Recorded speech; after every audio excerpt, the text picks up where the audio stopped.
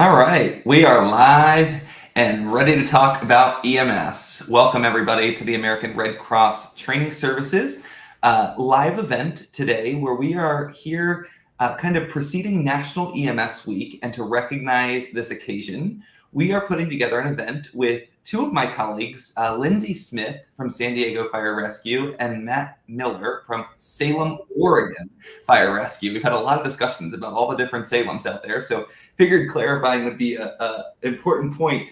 Lindsay, Matt, welcome. My name's Owen. I'm going to be the host for this live today. I'm the Director of Emergency Services Training for the American Red Cross and have the pleasure of getting to host this event and work with these two individuals on a day-to-day basis. Lindsay, if you don't mind, would you mind just introducing yourself to the crowd and letting us know kind of what your role is within the San Diego Fire Rescue Department? Yeah, hi, Owen. Thank you so much for having me. I'm excited to be here. My name is Lindsay Smith, and I am currently the EMS training coordinator for San Diego Fire Rescue Department out here in California. And I am responsible for managing all of the continuing education hours for our EMTs and paramedics that work in our system, both on the fire side and the transport side. So thanks for having me. Yeah, thanks so much for the time and super excited to be talking with you today. I think we're going to dive into some of those things that you said, so we'll wait and let Matt introduce himself as well. Matt, do you mind? Yeah, thanks, Owen. Great to be with you here. I sure appreciate it. My name's Matt Miller. I'm the Fire EMS Training Officer here at Salem Fire Department in Oregon, as you said, and I focus primarily on EMS for both our fire and single role personnel. I've been here for 19 years. I've been a paramedic for 23 and love teaching, love training, and look forward to the opportunity to be here with you today. Well, thanks so much for being here. And I'm really excited, both of you, to kind of dive into both aspects of your career. I know how you've gotten to this point is very different. We're going to talk about that today, but really excited to look at both your operations portion of the career and now your time spent in training, where we have the ability to interact with you guys so frequently. So thank you so much for being a part of this. I also want to remind everybody that this is a live event. So if a dog starts to bark or a window flies open, we can't control that. We'll just roll with it. But we'd also love to make this as interactive as humanly possible.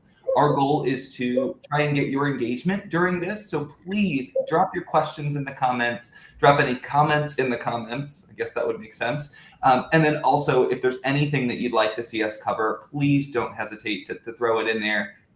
Lastly, wherever you're from, we'd love to know. We like to know where we're watching from. Lindsay and Matt have the West Coast pretty well represented. I have the East Coast pretty well represented. But anywhere in between and beyond, we'd love to know who's with us today and where you're coming from. So drop that in the chat if you don't mind. We're going to kind of go back and forth on some questions here, just to get to know you guys better and really explore EMS as a profession and the development of the EMS professional over the course of what can be a very fulfilling career. And Matt, I wanted to start with you. I know when we had talked kind of offline, you said you started your career in, I believe, was it exercise and sports science? And now you're in EMS. Seems to be somewhat of a fit, but curious of your pathway to get there. Was it straightforward? How did you end up here? Why did you end up here? You might just tell the audience a little bit about that kind of navigation to your career in EMS? Yeah, absolutely. I finished college with an exercise degree and had a couple careers afterward that weren't terribly fulfilling. I was really searching for, what am I supposed to do that feels significant, feels like I'm really helping. But I also wanted something that would challenge me mentally as well as physically. And I struggled, like I said, for a couple different paths, and then decided to go speak to my local fire agency and just learn about their volunteer program. Talked to a 20-year lieutenant there who kind of gave me the quick and dirty of the fire service. Yeah. Recommended I look into their volunteer program, which I did. And then I went back to EMT school, was super excited about everything I was learning there. It just really triggered that science part of my personality. But certainly the fire rescue side, getting to do something as a team, dynamic, something very difficult, very challenging that most people can't do. It just really got me excited about a further path and a further career. And then shortly after that, I got my first fire job after I put myself through paramedic school, got my first fire job, and then moved over here to Salem a few years after that. in 2006, and then I've been on an engine company for the last 18 years, and then moved into training just this last year. I'd been teaching at the local community college and their fire EMS programs as well for about 13 years now, and I just love teaching and mentoring and helping people. So. Yeah, helping people is often a common theme we hear of why people get into this industry, right? But now it sounds like you get to help people help the people, and that seems like double fulfilling. So we're going to dive into that in just a little bit, but that's neat that you were able to kind of come out of college, know that you had a very science way of going about life, or a science-driven way of going about life, and then you were able to tie that to a totally different career subset that caught your interest. So really, really neat to hear that pathway to where you are now, Matt, and thank you for sharing. Lindsay, something similar that we want to know about you. I'm curious what prompted your career decision into EMS. I don't know a lot about your background prior to EMS, but as you came into that field and made that decision, I'm also curious, was there anything that you were surprised about as you navigated your way through a career in EMS? Yeah, so I took a little bit of a different path than Matt did. I finished high school, was living out on my own, attending college courses at the community college, not really having any direction. And one night I watched a show on Discovery Health called Paramedics, for those of us who are old enough to know that show. And it was just really interesting. I come from a very medical family. We have doctors, nurses, dental hygienists. And so medicine has always been a part of my life, veterinarians. And so it caught my interest, and I was like, wait a second, let me go see if this is something that would interest me. And I went and I did a ride along, and it was a ride along that had all of the fantastic calls that we all want and that we train for. And I was hooked at that point. I wanted to be a paramedic who showed up when people were sick and injured and didn't know how to help themselves, so they called a stranger. And so I went to EMT school. Then 6 months after that, went to paramedic school, finished paramedic school, and then I was lucky enough to get hired with San Diego Fire Department pretty soon after finishing paramedic school. And I've been with the department over 20 years now and worked my way through the ranks from firefighter paramedic to engineer paramedic and now captain paramedic. And something that surprised me was just how much I enjoyed the fast pace, adrenaline of it, essentially. Yeah. And it worked with my brain very, very well, as the limited short amount of information you get and making super critical decisions in that amount of time frame, and then providing the treatment or the fix, and then you pass them off into somebody of higher care, and then you're on to the next one. And so I was surprised how well that worked, just with my mentality and the way I like to live my life. So yeah, in EMS, so frequently you have to pivot and pivot and pivot, and the next call is no different, or is very different than the one that came before it, and you're using a totally different part of your skill set than you were on the call before that, a medical versus a trauma versus a cardiac arrest management or scene management. I mean, everything is so different, but requires you to be able to think so quickly on your feet. So it's kind of neat how you found your career path based on knowing that you want that high-paced and kind of fast turnover of events. So pretty neat to hear that that's how you ended up there, and that you still find yourself enjoying that fast-paced so many years later. So neat. Matt, back to you. I'm curious, in your work now, obviously is primarily EMS training, although we were talking about a myriad of other things that you do as part of EMS training.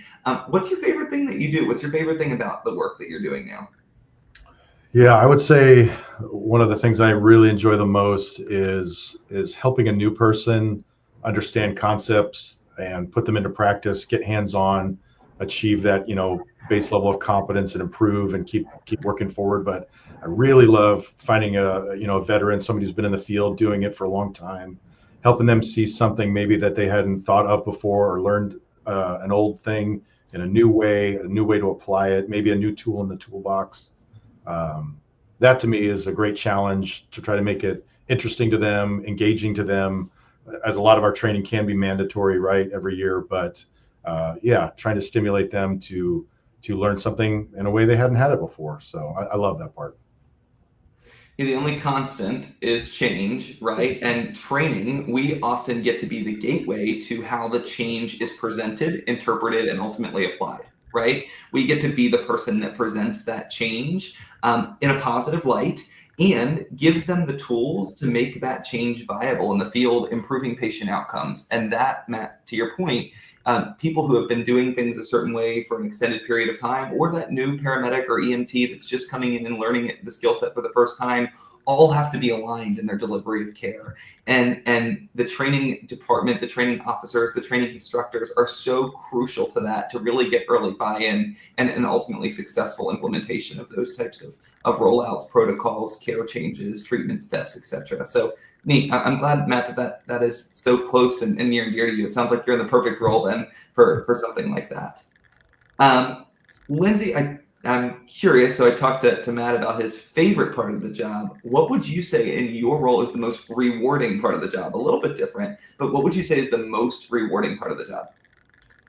Yeah, for me, the most rewarding part is similar to Matt's, just because now in this training role is those who we serve are the folks in operations who actually go out and interact with the public. And so the most rewarding part for me is as they leave our trainings, I get to hear, they come up to me and say, hey, I learned this and I really appreciate the opportunity, or this took me by surprise. I didn't know that this was how this worked. Or so if I can just give them a nugget of new information, a new way of doing things, a new way of thinking, a reminder of the pathophysiology of the body or how things work or procedure, that's what's so rewarding to me. Is excellent, you came and you found this time as valuable, and it will help you in your career to go out and be more confident and more efficient to be able to serve the residents and visitors of San Diego. Yeah. Yeah.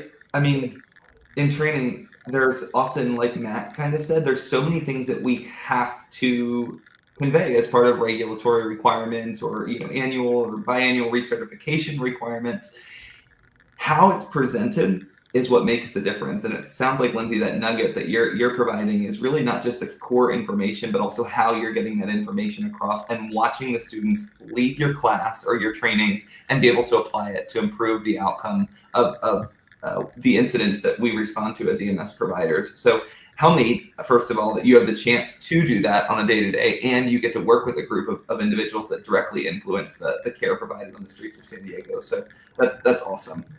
I'm going to stick with you, Lindsay, for a second, because you're all about teaching others lessons, right, and giving them the tools that they need to be successful. What would you say your greatest lesson learned in EMS has been?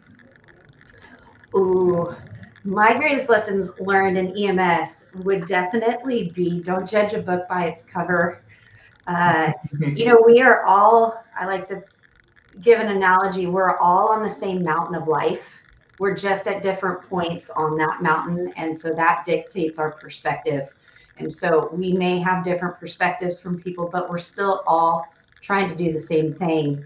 And so not judging a book by its cover and being patient enough to hear the other perspective has been something I've learned from EMS, because we get to interact with so many different people, and it's an amazing world out there. We have amazing communities, and to be able to be a part of them and to be a trusted member of them, and they welcome you in on Big Red or in a fire engine or an ambulance.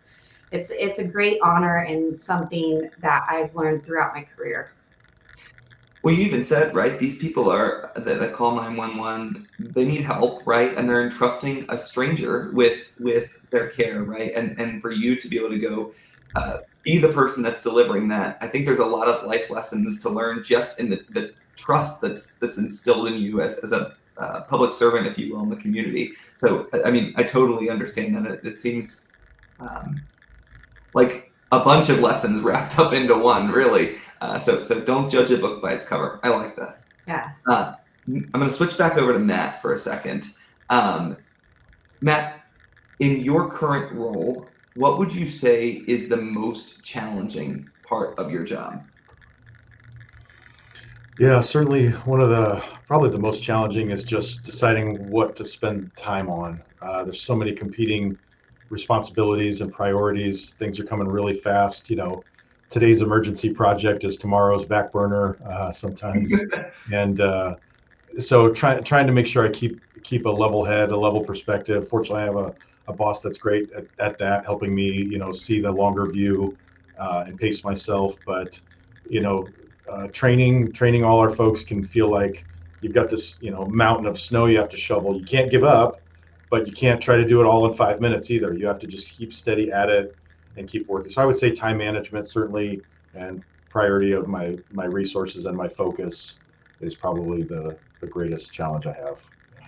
Well, it also training never stops, right? I mean, it's Right. never ending That's mountain right. that just keeps growing and growing and growing. And So you always have to find ways to make it relevant, to make it unique, to keep up with what's new, right? EMS is always reinventing itself, but yeah, it has to be pertinent, has to be, valuable for sure. Yeah. engaging, right? Like Lindsay Yeah. was saying, obviously we've got to keep the attention, but that's time management being the biggest challenge, right? Is what I hear from that for sure. But I think what you pointed out that's even more important is the time management is so critical because it's never going to change, right? There's going to continually be more and more and more and developing stuff coming out, and we need to change again and do it over and restart. So, right, really making sure you're not getting lost in that kind of overwhelming feeling of change and needing to meet requirements and making sure your people are trained. So, I appreciate you sharing that. I'm going to kind of pivot for just a second because we've talked a lot about training within the confines of the fire and EMS agencies that you two are both a part of and leaders within.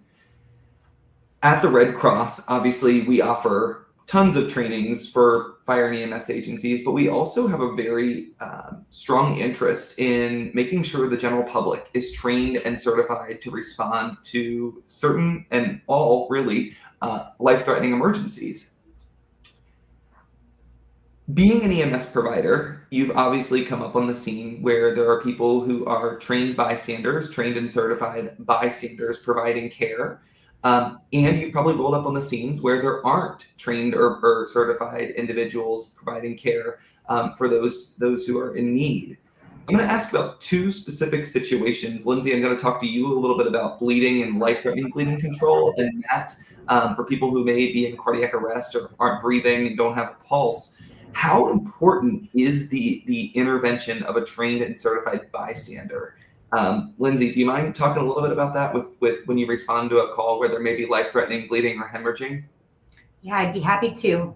The statistics, or research shows that most of our victims who die from hemorrhage or blood loss happen within the first 5 minutes after the injury.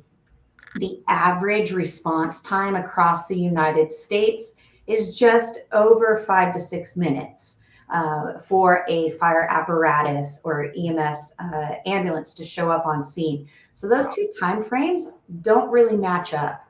And so blood loss, learning to control bleeding is paramount and so useful for the victim or the person experiencing bleeding, for bystanders to know that training. And when you take a class to learn how to properly control blood loss, it also empowers the general population to actually act. That's another thing too, is for somebody, a bystander, to see something happening and actually have the knowledge and empowered to actually act and step in and just provide pressure on that bleeding limb or wherever the blood is coming from. That can be pivotal in the survival of that victim until EMS arrives and we can step in and use our procedures and our skills to continue on with that bleeding control. So it's imperative. It's about 150,000 people die a year from blood loss, and it happens within that first 5 minutes. And so if the general population learns these critical skills, it helps us tremendously. and ultimately it helps the victim. Yeah, some of those stats are scary at best, and also really appreciate you pointing out the difference in that first 5 minutes versus the average EMS response time and arrive on scene being outside of that.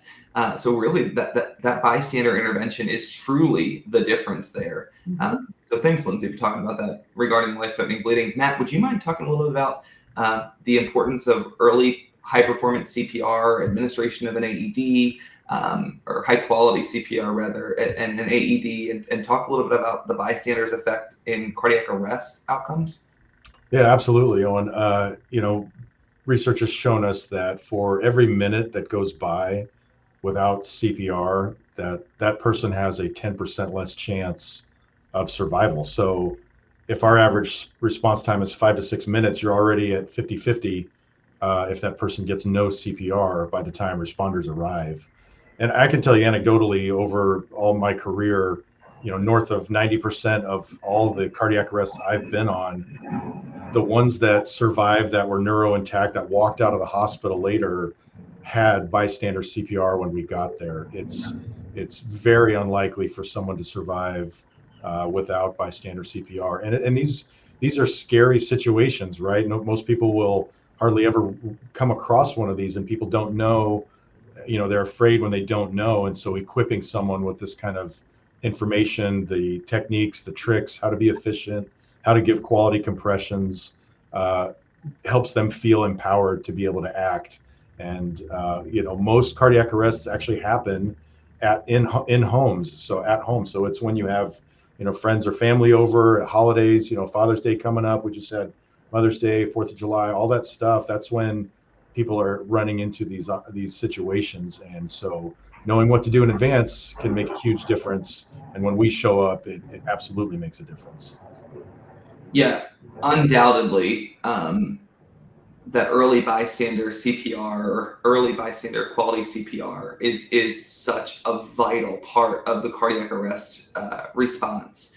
And we, as the American Red Cross, we do kind of two things to really support that. Obviously, we offer classes all across the country, get trained, get certified, and do it at least every 2 years, because the science is always changing. We just talked about that in training, right? We're always pushing out new best techniques, new best practices. They're vetted by medical professionals, and it's our job in training, the three of us, right, as amongst many other training professionals across the country, to make sure that information is disseminated appropriately. And the Red Cross also offers a life-saving award program. If you ever have to use your skills to save or sustain human life, we want to recognize you. And that's anywhere from the person that's performing hands-only CPR to somebody who's taken a class and is trained and certified to provide first aid, CPR, AED, to the dispatchers that are taking the phone calls and sending the ambulances, to the providers that are showing up in the medic units. We really want to be a part of the support and recognition. So Red Cross Life Saving Awards, please reach out to us. Let us help you celebrate the care that you're able to provide and really do good for the people of your immediate proximity and just in general, right? Learn how to do these skills. You're hearing it here. Two very seasoned EMS professionals telling you that bystander interventions can truly make a difference in the outcomes of the care system. Talked a lot about you training others, talked a lot about bystanders getting trained.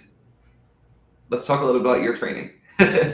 How frequently, Lindsay, would you say that you guys have to refresh your skills as a paramedic, and especially somebody who's in the training division? How frequently are you seeing these people? How frequently are you seeing them come in for different classes? What does that cadence look like? Yeah, so as Matt mentioned before, some of our training is mandated by the state because they're medical licenses. And so we have to have these continuing education, a minimum amount of continuing education hours. So the program we run down here in San Diego is essentially we have a 6-hour class every quarter that we bring our workforce through. And this is the opportunity where we provide the latest and greatest information, contact with our medical directors. And then also too, we spend a portion of that class time with hands-on practice in simulations with our equipment. And we have found, specifically with cardiac arrest, we want high-performing cardiac arrest teams. And firefighters and transport personnel, ambulance personnel are fantastic. And we have a very high-performing system down here. Part of that is because we hit it every quarter.